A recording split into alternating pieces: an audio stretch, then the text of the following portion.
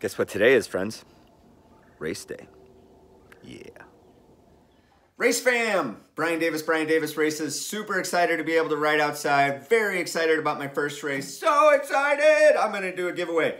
So we're going to do a Fix It Sticks giveaway. Brand new jersey, size large is all I got this week. Might have some more coming up soon, but subscribe, like, comment. And so what I'll do is I'll give away this jersey to anyone that comments in the video. So I'm going to let it soak in for a week, and then by the time I post my next video, I'll pick somebody at random, and I'll ship you out a brand new jersey. So, as we embark on race day, it's important to think back about all the things that we've done over fall and whatever version of spring this year has been, and all the training we've done in the basement, and all that suffering, and all that bike setup stuff, and get all that kind of floating around in your mind, and then you focus on having a good workout, a good race rather. So I think I have the bike pretty well set up.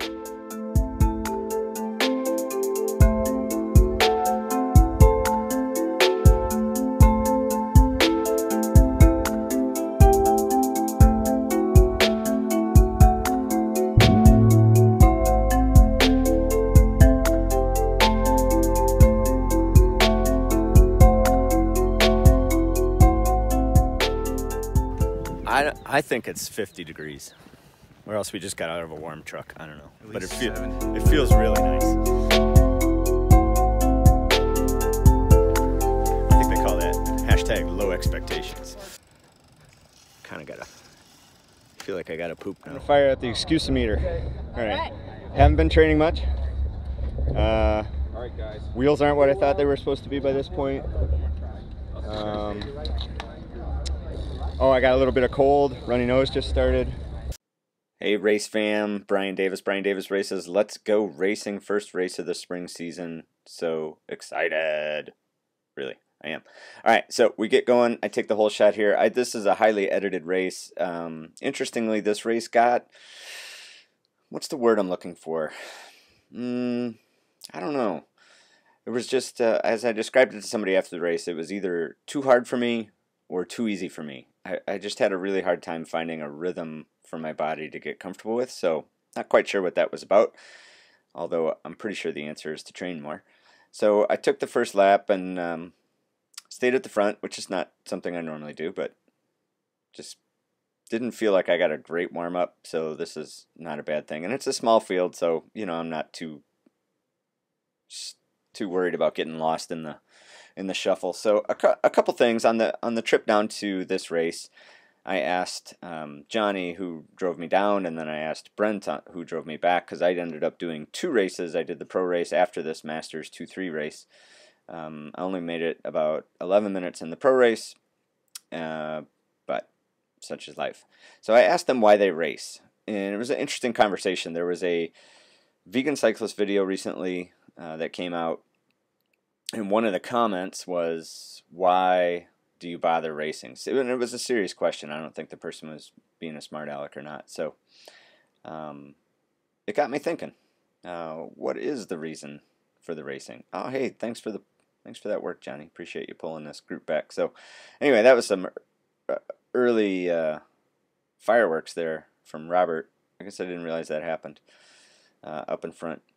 So in any event, my rationale, just to sum it up, was that I prefer having racing in my life because it gives my training context or purpose or meaning, and the training makes me a better person in life. So it keeps me fit, keeps me sharp, keeps my mind clear, keeps me less messed up than I already am. So I think it's important, and without racing at the top of that pyramid, I'm not sure that I could stick with it as intently as I need to get the benefits. Does that make sense? So I was hoping that people watching this video could comment on why they race. And seriously, I don't know. So Johnny's answer was similar to mine in a lot of respects. Brent's, who's a bit younger, was very much about it just being fun and intense. And I have no problems with that. I totally agree. One of my comments to Johnny was that you just You're able to focus only on the wheel ahead of you, and there's not too many times in life where you can be completely absorbed in one activity. So that's why I like racing. So there you go. Let's get back to racing. So this race, like I said, there's a lot of potholes in this race. Not the end of the world. It's a huge course, as you can tell. So it's not ideal, but it's not the worst thing in the world either. So it'd be great if they fixed it, but whatever. No big deal. So the course, the only downside of the potholes are when people get overly excited and try to avoid them, which there was a crash earlier in the day. But overall, I think it was a pretty safe day for WCA racing. So this group, there were times in this race where it was just way too easy, and I kept feeling like, oh, what is going on? I could push the pace harder than this. I mean, part of me was relieved that I didn't feel like I was so far out of shape that I was hopeless. So there was a huge part of this race where I was just like, oh, thank gosh, I think I can still compete, at least at this sort of neutered level where they got rid of the Cat 1s in Wisconsin racing. I guess I'll save my opinion on that for another Racecast. But another thing, the power meter never worked, so I was racing without power, which is something I don't think I've ridden a bike without a power reading in years. So that was definitely disconcerting with me, not really being able to tell how many watts I was putting out. So that was tough, actually. But that's also why there's no overlay in this video, because nobody really cares about my heart rate. Everybody just really cares about power. And I didn't have a power file. So there you go. So I broke this race into this first couple laps, and then I broke it down into where the breakaway takes off, although it's very difficult to tell. And then I broke it down to pretty much the last lap, a little bit longer than the last lap, because there's a slight amount of interesting things in the last lap. In terms of tactics that you might be able to pick up some tips from. So let's just talk real quick about the weather. This is, as you can tell with all the snow, it's been difficult to get out in spring. So last weekend at this time, at least where I live, we got 21.5 inches of snow in Appleton. So it's about an hour and a half away from this race venue. Clearly they got some snow, but nothing like what we got up here. So we were literally snowed in the house last weekend. My snowblower was exercised to the point of breaking. You know, you're raiding the cupboards for food. Anyway, and then the next weekend you're off racing your bike. There you go. I contend that every geography in the world thinks that their weather is totally crazy. Wisconsin is actually, in my opinion, pretty stable. So, I know, maybe disappointing to people that like to say, oh, just wait an hour, but that's really not the case. Wisconsin's pretty stable. My opinion. Alright, so this is,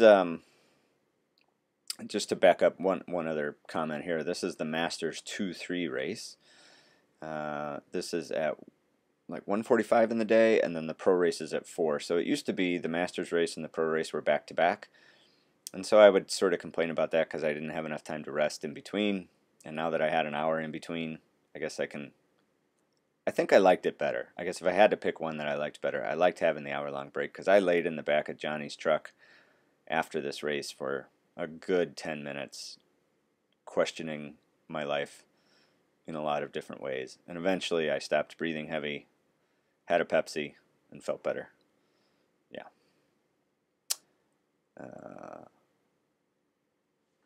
So I recognized quite a few people in this race, which is handy, so you know who can sprint. There was a little more team tactics here from VeloCause, which was awesome to see toward the end of the race, so appreciate their work. But again, it's such a big, safe course that going fast in the last lap wasn't overly critical. So these two guys right ahead of me there, Mike Budd is directly ahead of me, and 7:33 Robert Berry, they will be going off on a break. And I don't recall the detail if they joined someone else or someone else joined them and eventually got dropped, but at some point there was 3 people in the break. So when I finished this race, my results sheet says I got 5th. I believe there were 18 racers in the field, but I'm pretty sure I got 6th. I'm not really sure how they got 5th. Interestingly, 5th place pays out. So if anyone from the organization is listening, if I really show as fifth and somebody owes me money, that'd be rad if they would bring it to the next race or mail it to me. Something along those lines. That'd be great. Thanks. Appreciate your help. So as far as learning things from this race, you know, I was even racing. I was thinking, what am I going to do for a voiceover? There's not a lot. There's not a lot that I learned. So last year in this race, there was a lot that I learned, and I'll show you the most important lesson I learned last year, which I applied this year, and I think that gave me some extra energy to get through this race. So this corner is a greater than 90 corner, and this is not a great example of it, but I tried to stay wide. Definitely later in the race I figured that out or remember that, and then I tried to spin as freely as I could up this hill, and I think that saved my legs for a pretty decent sprint. Alright, so we're going to switch over to just seeing the break. I'm going to switch footage here in 1 second. It's going to be very difficult to see. Alright, here comes, I think this is where the break. So we're up on the hill that we just got up in the last footage. This is the toughest part of the course. We make a right-hand turn. There's potholes and it skinnies up. And I believe if you watch off to the right here, you'll see someone sprinting off. Right. Oh, where'd they go? I know you can see them. There it is. There's the sprint off to the races. I'm pretty sure that's the break being established. So I think Mike and Robert Berry are already up the road, and that person is going to join them, which was an awesome attack. Well done. Alright, so now we're going to jump to the final sprint. So this is a little bit greater than 1 lap to go. The laps were taking us about 2 minutes and 40 seconds. So you can see I'm pretty far back in the field. Like I said, it's an 18-man race, and I'm probably hovering around 16 maybe, but not overly concerned about it. I am pretty tired at this point, so I am concerned about what I'm going to have left for a sprint.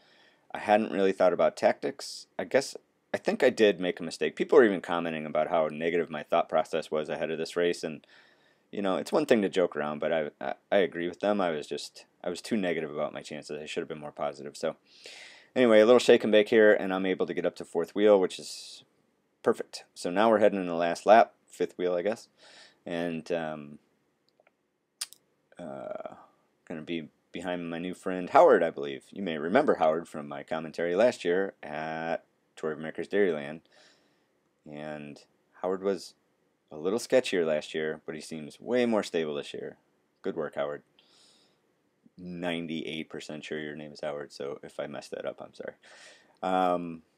Alright, so this is maybe a bit of a tactic to think about. So we're going in the last lap. I'm not going to get overly concerned with saving myself from the wind at this point. So we got about 1.5 minutes of effort left, and I'm willing to take a little bit of wind to be able to keep a high position.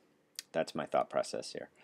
The gentleman in the orange there was already off the front, so I think he's pretty gassed. Not worried about him.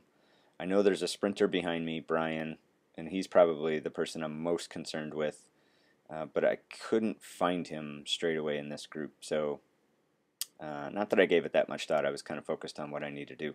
So now I feel like I'm slipping back a little bit. Going to hit this hill. I'm pretty sure. Okay. That's a good attack right there. I got to give that guy credit.